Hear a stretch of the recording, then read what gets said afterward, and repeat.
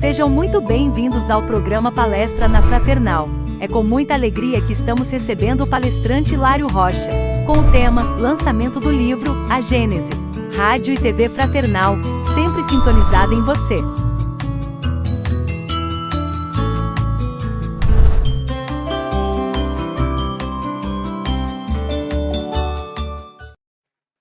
Amados irmãos, boa noite, mas boa noite mesmo. Que Jesus, mais uma vez, abençoe o nosso encontro e que nós possamos aproveitar intensamente este ensejo de estudo doutrinário, que é muito importante para as nossas vidas.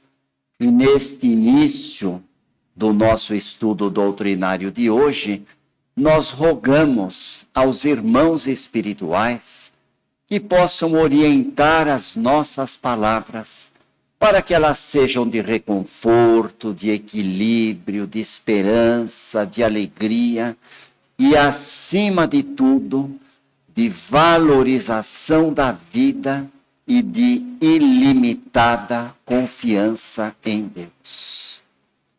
Hoje nós vamos focalizar um tema de extrema importância para a nossa vida de estudiosos espíritas. Lembrando que este mês de janeiro, para nós espíritas, é um mês de muita importância, porque em 6 de janeiro de 1868, nós tivemos o lançamento do livro A Gênese, por Allan Kardec, em Paris. Esse lançamento foi muito importante na vida de todos nós espíritas, porque a Gênese é o último livro da codificação de Kardec, enfeixando a obra magistral empreendida pelo nosso ínclito codificador. O lançamento do livro A Gênese em Paris foi para a doutrina espírita um grande presente, porque a Gênese é uma obra que significa muito para todos nós. Evidentemente que o mundo ele vai se revelando aos poucos às criaturas humanas. O homem vai tomando consciência de uma série de realidades, de circunstâncias, de particularidades, à medida que ele vai realizando as suas experiências na face do planeta Terra. A Gênese é um livro muito importante. Gênese, milagres e predições à luz da doutrina espírita. E este livro, ele veio a lume, ele veio a campo, graças às investigações científicas empreendidas por Kardec e ao poder extraordinário deste codificador, na sua condição de investigador, de cientista, de pedagogo, empreendendo o seu processo de pesquisa e confirmando a natureza indagadora do homem. Sim, o homem, este ser humano, este espírito imortal, com a sua natureza indagadora, com a sua personalidade, às vezes volúvel, às vezes intermitente, mas no seu desejo de saber, ele vem se integrando com o mundo. E o mundo, é claro, antes que o homem aparecesse na Terra, o mundo já possuía alguns milhões e milhões de anos. Mas à medida que o tempo vai passando, à medida que o homem vai se reproduzindo, entre mistérios e assombros, as gerações vão apresentando do ser humano e da terra uma imagem, como se fosse uma imagem de um quadro fantástico pintado por um artista surreal. O homem sempre foi indagador, o homem sempre perquiriu, o homem sempre formulou as suas questões. E o mundo foi se revelando ao homem na sucessão dos tempos. Mas o homem ainda conhece apenas e tão somente uma epiderme do mundo, a face epidérmica da terra, um quadro muito reduzido do ângulo da vida. Existem muitas revelações que foram feitas ao homem acerca da origem da vida na Terra, da formação do planeta, e as revelações mais impressionantes são aquelas que constam da tradição dos povos e também das Sagradas Escrituras. Este livro, a Gênese, os milagres e as predições à luz da doutrina espírita, é um livro diferente do livro do Gênesis, que é o primeiro livro constante da Sagrada Escritura. Nós estamos ressaltando esse aspecto porque às vezes as pessoas se confundem. Os leitores pouco familiarizados com a literatura espírita, ao lerem este livro pela primeira vez, podem se confundir com o livro do Gênesis, que é o primeiro livro da Sagrada Escritura. Aliás, um livro cheio de símbolos, um livro cheio de comparações metafóricas, um livro muito interessante, cuja autoria é atribuída a Moisés, o grande líder do povo hebreu, que libertou o povo israelita do jugo do faraó, da dominação dos egípcios.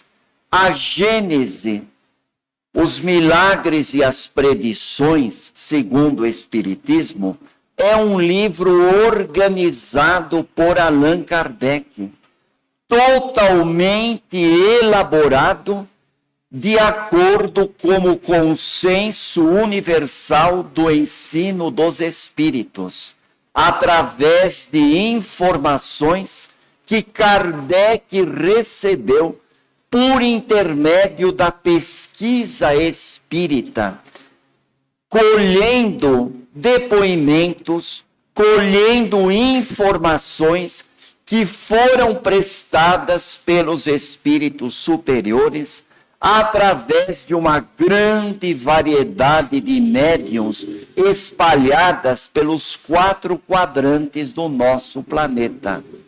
Neste livro, Kardec revela a posição altamente científica da ciência espírita. E quem ler este livro sem espírito dogmático, sem tendências preconceituosas, sem mente pré-concebida, ficará maravilhado com a concepção espírita, a concepção científica da formação da Terra, do esboço geológico da Terra e do povoamento da Terra.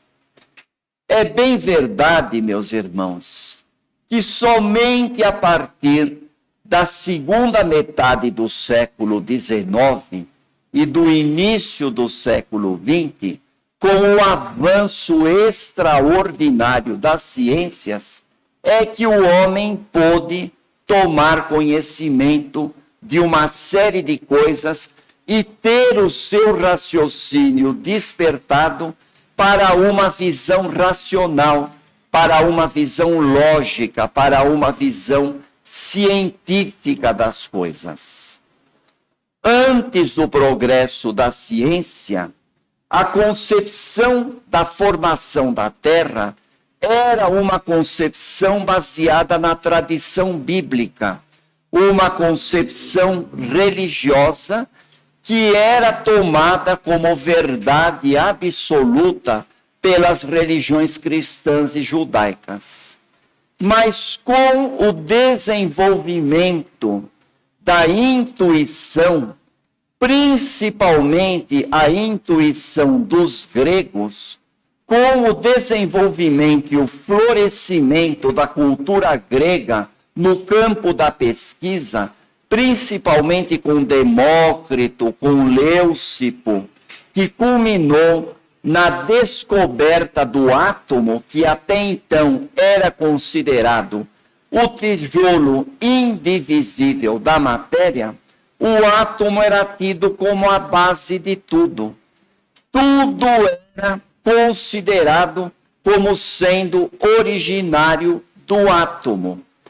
Com o pensamento grego, como o desenvolvimento da cultura grega e a descoberta do átomo, começam a aparecer os primeiros pensamentos racionais, as primeiras teorias científicas a respeito da formação da Terra e do aparecimento da vida no orbe planetário.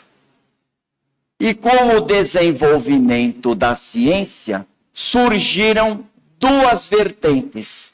A vertente religiosa, que atribuía a formação da Terra como sendo uma verdade revelada por Deus ao próprio Moisés, que estaria no livro do Gênesis, e considerado como verdade absoluta, e uma vertente científica baseada a concepção da formação da Terra nas investigações da ciência.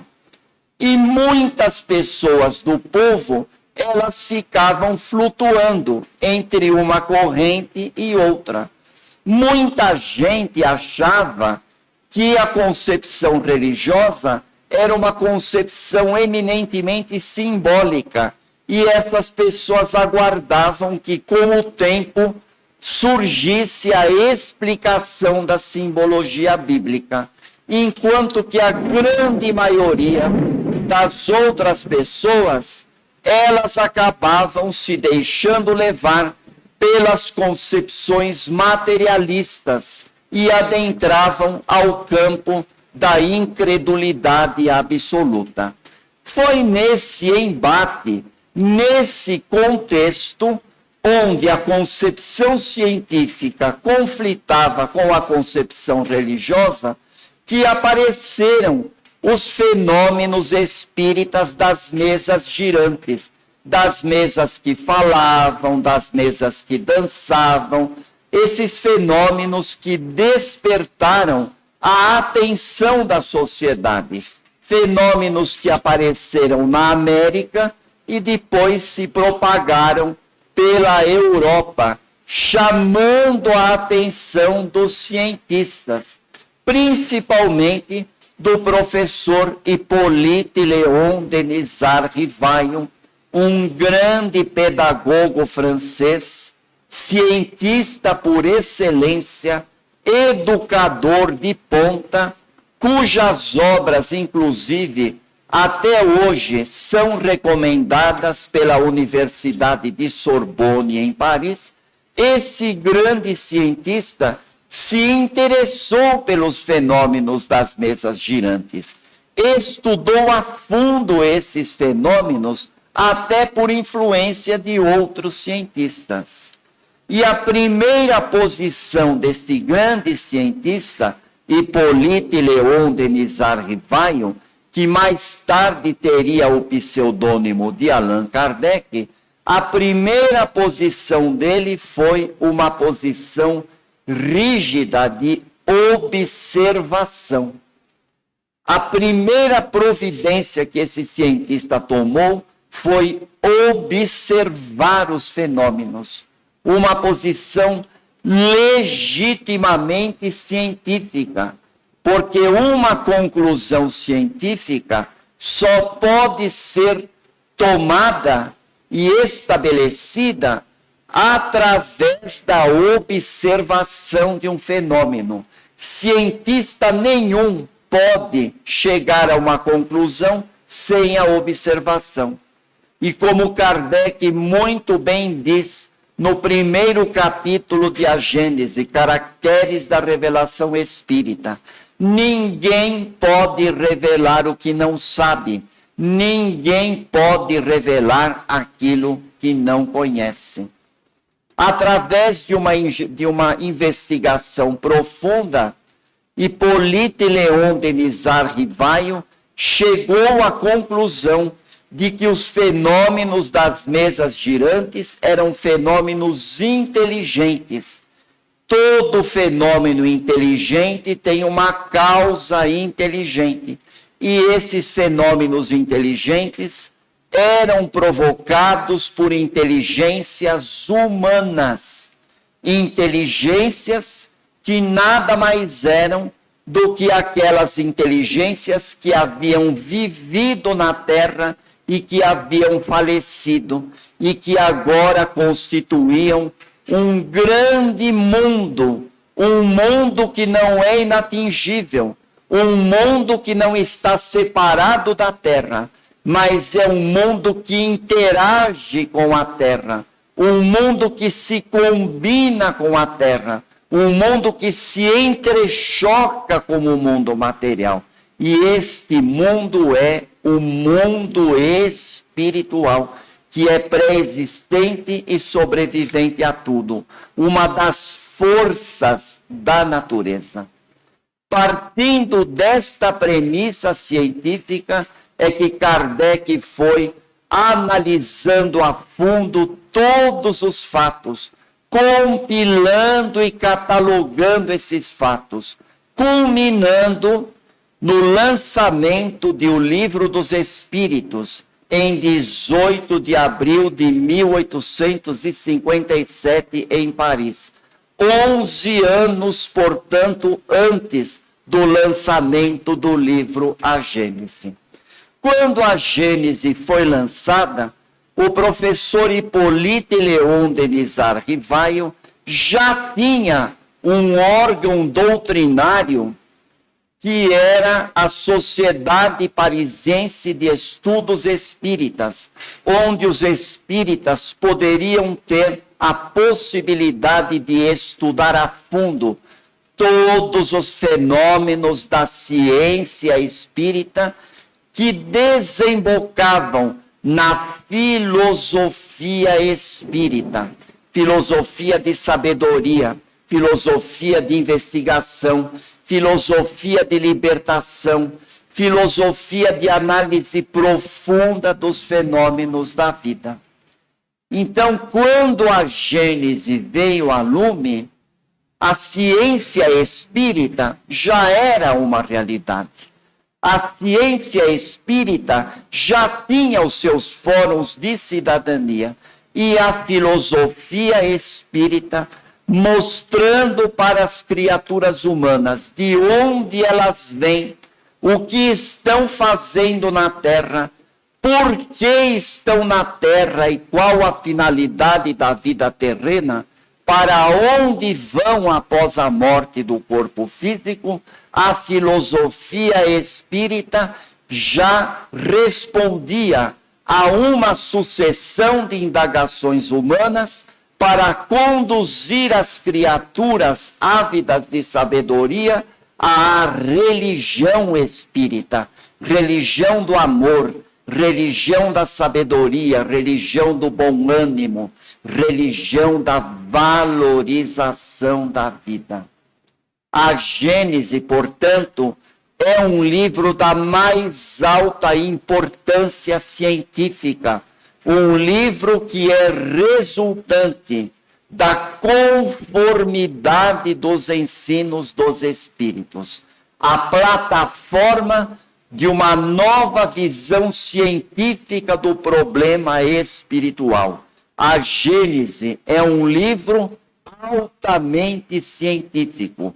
cujo lançamento, em 6 de janeiro de 1868, provocou uma grande celeuma, provocou uma grande polêmica nos meios científicos, conquistando o respeito de muitos cientistas, de muitas celebridades do meio científico, principalmente o grande astrônomo Camille Flammarion. Camille Flammarion, contemporâneo de Kardec, diretor do Observatório de Juvisy, na França. Camille Flammarion, auxiliando nas pesquisas espíritas, revelou uma mediunidade psicográfica extraordinária, recebendo várias comunicações do espírito de Galileu referentes à astronomia.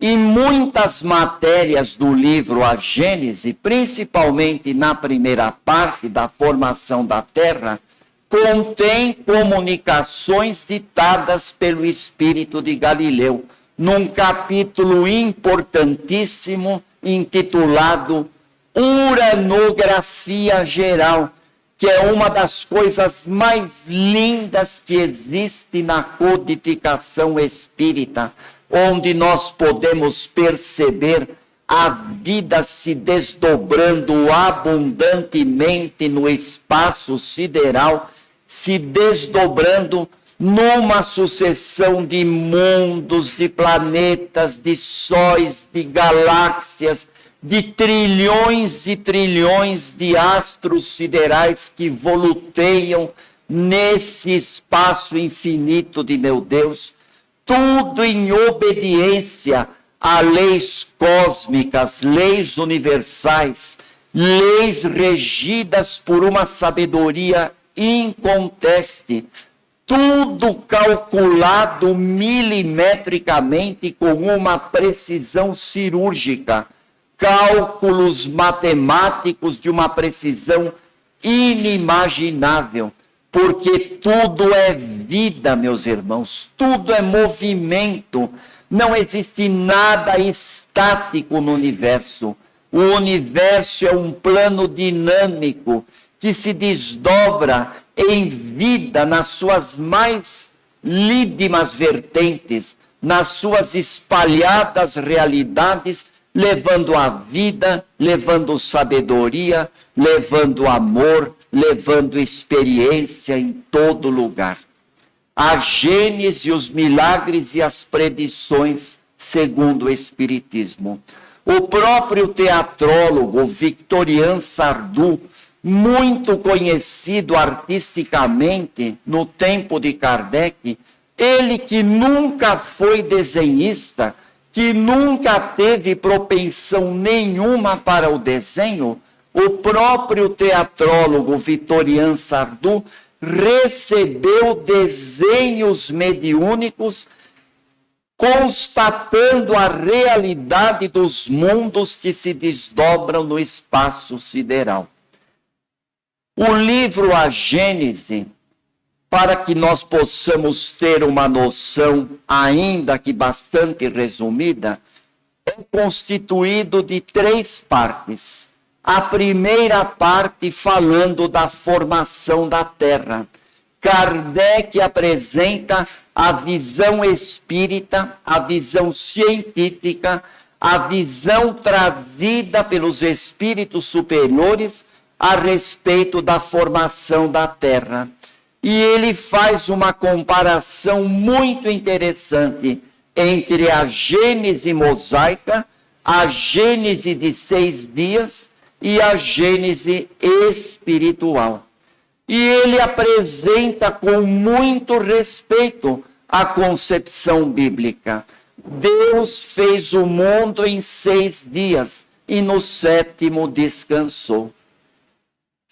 Isto é uma imagem muito poética, muito simbólica, mas hoje a ciência constata que esses 6 dias não são 6 dias de 24 horas, Cada um desses dias da criação é um período geológico de milhões e milhões de anos. Milhões e milhões de anos de luta, de evolução, de aprendizado, de experiência, de crescimento, de desdobramento da vida nas suas mais variadas vertentes.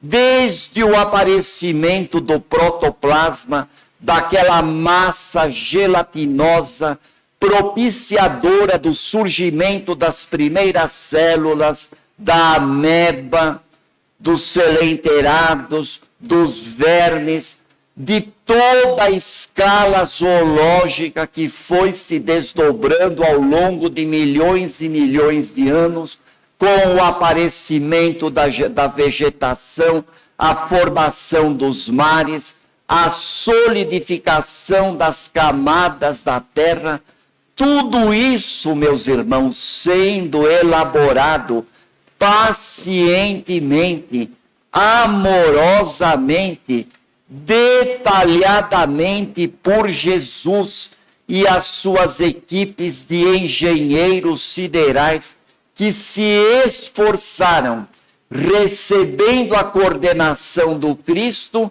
e as ordens divinas, para que a terra, para que aquela nebulosa que se afastou do Sol, numa temperatura elevadíssima, com as substâncias em estado liquefeito, essa massa se resfriasse ao longo dos milênios, criando condições favoráveis para que a vida fosse estabelecida na superfície do planeta Terra. E no estabelecimento da vida, nós temos estudos extraordinários apresentados por Kardec, quando ele desdobra os capítulos da Gênese orgânica e a Gênese espiritual.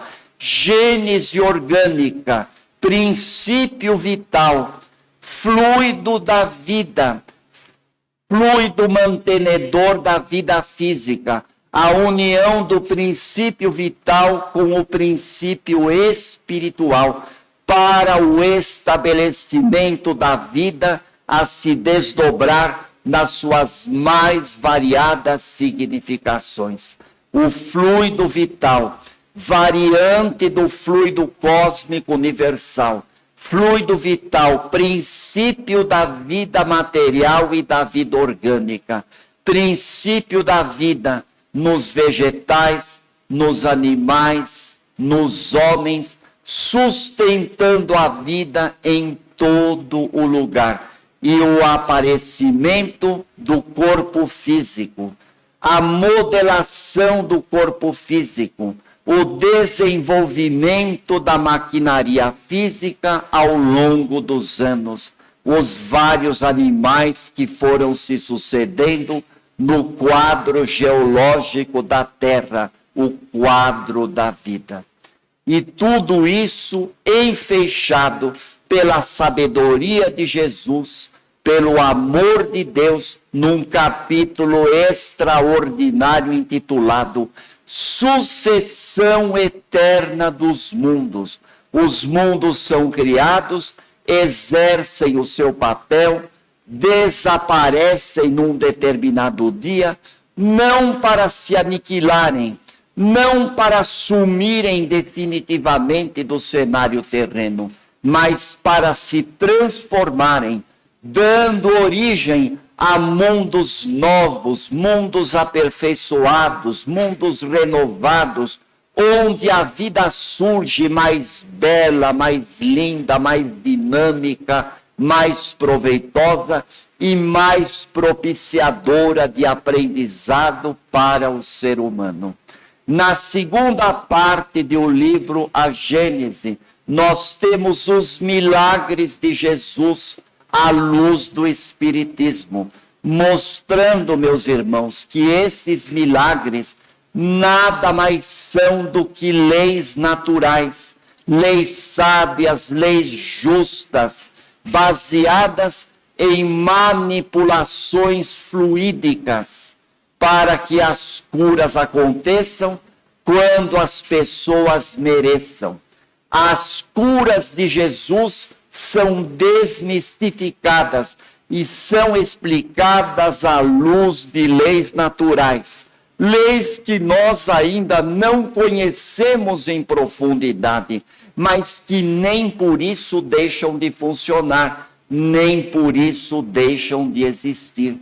Jesus, na sua condição de espírito puro, manipula fluidos com maestria, com capacidade de proporcionar curas. E a Gênese é muito clara.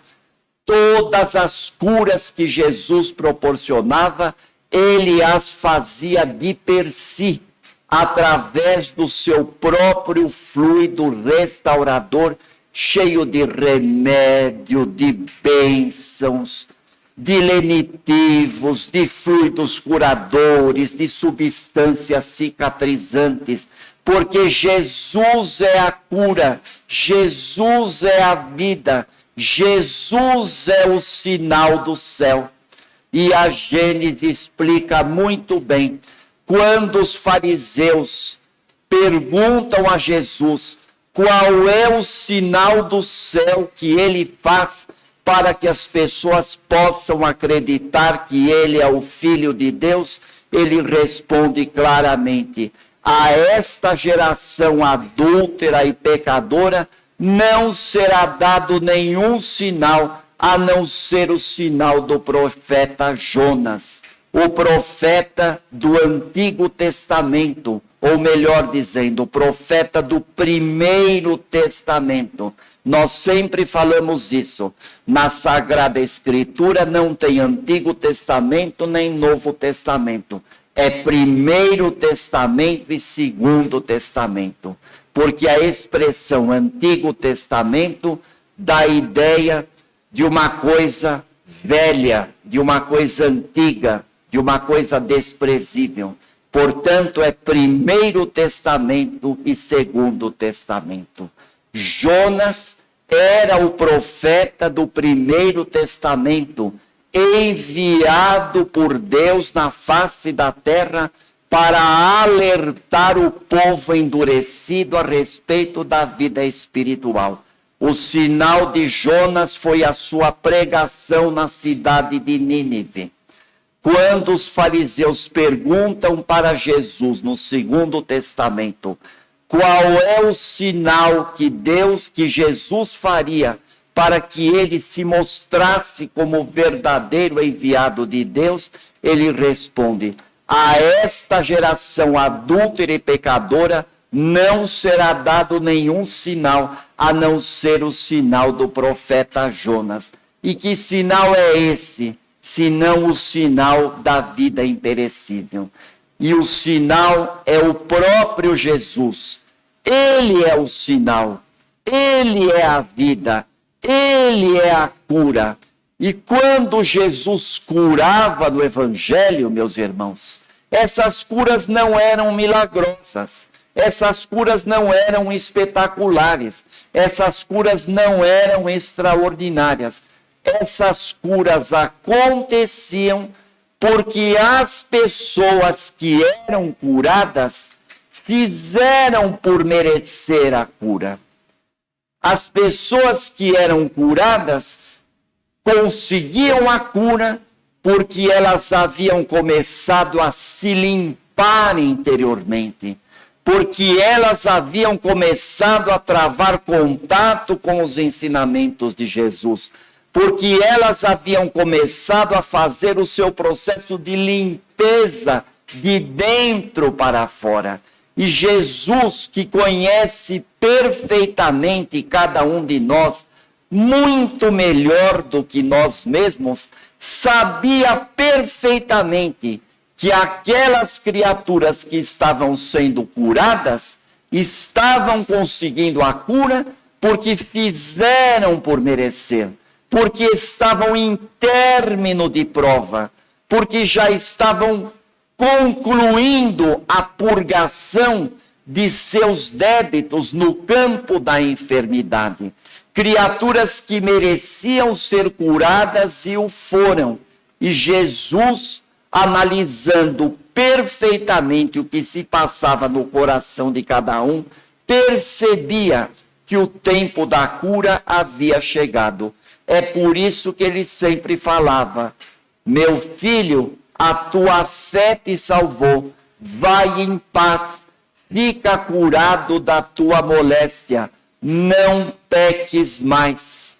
Porque ele sabia que a causa da doença está nas imperfeições da criatura humana. E ele sabia melhor do que ninguém que nós teríamos necessidade ainda de muitas reencarnações para que nós pudéssemos atingir uma condição de evolução espiritual. Porque se ele não soubesse da realidade da reencarnação, ele não teria pronunciado como pronunciou sabiamente: eu sou o caminho, a verdade e a vida. Ninguém vem ao Pai senão através dos meus ensinamentos. Na segunda parte do livro A Gênese, nós vemos Jesus expulsando os demônios, afastando os espíritos perturbadores, ensinando como se faz uma reunião de desobsessão. E com a sua autoridade moral, ensinando como quem conhece, ensinando como quem tem autoridade, Jesus afastava os espíritos perturbadores e entregava esses espíritos perturbadores que estavam perturbando as criaturas encarnadas para o plano espiritual, para que o plano espiritual se encarregasse de encaminhar esses espíritos, de aplicar nesses espíritos os passes que eles precisavam receber e o esclarecimento necessário. Porque Jesus era assistido pelo plano espiritual durante o seu apostolado. Não que Jesus tivesse necessidade de ser assistido pelo plano espiritual. Jesus não tinha necessidade de ser assistido pelo plano espiritual, porque o plano espiritual que acompanhava Jesus era um plano espiritual subserviente a Jesus. Era um plano espiritual que obedecia a Jesus. Jesus dava as ordens e os espíritos obedeciam. Jesus dava os comandos e os espíritos estavam apostos para atender tudo o que Jesus determinasse, como até hoje acontece no plano espiritual. Como até hoje nós temos uma grande legião de Maria, uma grande equipe de legionários de Maria desencarnados, subordinados às ordens de Nossa Senhora, atendendo aos comandos da Mãe Maior para resgatar suicidas em situação de sofrimento tremendo no plano espiritual. Porque Jesus é a vida. Ele determina e os espíritos obedecem. Assim acontece também com sua mãe, Maria de Nazaré, que efetua um grande trabalho de resgate de suicidas no plano espiritual, sob as ordens do filho dela, diga-se de passagem. Então, os milagres de Jesus são totalmente desmistificados na Gênese. E a terceira parte do livro A Gênese é uma parte que conclui o livro com chave de ouro, falando sobre as predições do Evangelho à luz do Espiritismo. E essas predições nada mais são do que avisos do plano espiritual, alertas do plano espiritual sobre uma série de coisas que acontecerão na humanidade, caso a humanidade não se precavenha, caso a humanidade não preste atenção a uma série de coisas, caso a humanidade não tome cuidado para perceber o que está acontecendo. Nós estamos nos sinais dos tempos, numa transição planetária muito dolorosa, muito intrincada, mas uma transição planetária que é necessária, porque a Terra está se transformando de uma morada provatória e expiacional para uma morada de regeneração. E essa transição, em virtude da natureza do planeta e da nossa condição ainda de espíritos inferiores e atrasados, essa transição não se faz sem dor, não se faz sem sofrimento. Infelizmente, ainda é necessário que assim aconteça. Mas a nova geração está aí. Espíritos de grande envergadura moral estão reencarnando para colaborar com Jesus na transição planetária. E se nós estamos aqui sobrevivendo a uma pandemia, sobrevivendo a uma série de circunstâncias dolorosas e ameaçadoras, é porque cada um de nós tem a sua cota à parte de tarefa, o seu trabalho de ajuda na transição planetária. A desordem é apenas aparente. A bagunça que nós estamos experimentando, na verdade, é uma bagunça aparente. É uma bagunça que começou lá atrás. Começou lá do Primeiro Testamento.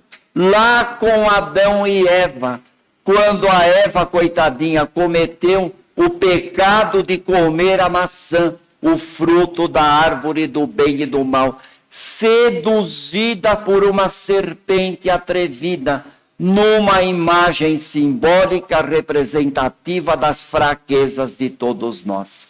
Mas a misericórdia divina, que caminha juntamente com a divina justiça, está sempre atenta. Deus, para sanar a bagunça, o que ele fez? Ele mandou juízes, mandou reis, mandou profetas, mandou filósofos, mandou livres pensadores, mandou Jesus, mandou o Consolador prometido, que é a doutrina espírita. E agora manda essa nova geração de espíritos evoluídos, de espíritos amorosos e experimentados, portadores de uma grande carga de conhecimento científico e moral, inclusive grandes profetas do Primeiro Testamento, grandes personagens apostólicos, individualidades verdadeiramente antológicas do tempo de Jesus, estão com programação reencarnatória para auxiliar a transição planetária, nos sinais dos tempos e na nova geração. Muito bem explicado pelos Espíritos na terceira parte de A Gênese. Portanto, quem ler este livro vai se surpreender. Quem ler este livro com mente arejada, com coração aberto e cérebro desprovido de preconceitos dogmáticos e de ignorâncias fundadas, se felicitará e se maravilhará com as grandes bênçãos contidas neste livro e com a certeza de que nós estamos no caminho certo, conduzidos pela barca de Jesus. Eu sou o caminho, a verdade e a vida. Ninguém vai ao Pai senão através dos meus ensinamentos, recordando aquilo que o salmista Davi muito bem colocou, divinamente inspirado pelo plano espiritual, no Salmo 23. O Senhor é meu pastor, nada me faltará na sua presença. Deitar-me faz em campos verdejantes, guiando-me por um regato de águas tranquilas. Ainda que eu caminhasse pelo vale tenebroso da morte, nenhum mal eu temeria, porque o Senhor está comigo. A tua vara e o teu cajado me consolam, me dão tranquilidade e me dão segurança. Prepara-me a mesa na frente dos meus inimigos, para que eu possa me banquetear na companhia dos nobres. Unges a minha cabeça com óleo, o óleo da fé, o óleo da vida em abundância, o óleo da minha imortalidade. Morarei, residirei no templo do Senhor por todos os dias da minha vida, e felicidade e bom ânimo caminharão comigo por toda a eternidade. O templo do Senhor é o universo, e a felicidade que mora dentro de nós não é uma felicidade absoluta, mas é a felicidade relativa de sabermos que somos filhos de Deus, que temos uma religião maravilhosa, uma filosofia libertadora e uma ciência de altíssimo alcance a nosso benefício, para decifrar todos os enigmas da vida e nos colocar na direção da libertação, com Jesus como timoneiro do nosso barco, conduzindo-nos ao porto seguro da consciência tranquila, do espírito de luta e da pacificação com Deus.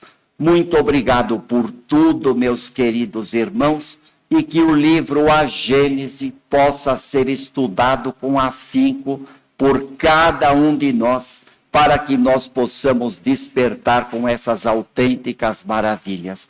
Que Jesus nos abençoe e uma chuva de felicidade para todos. Graças a Deus.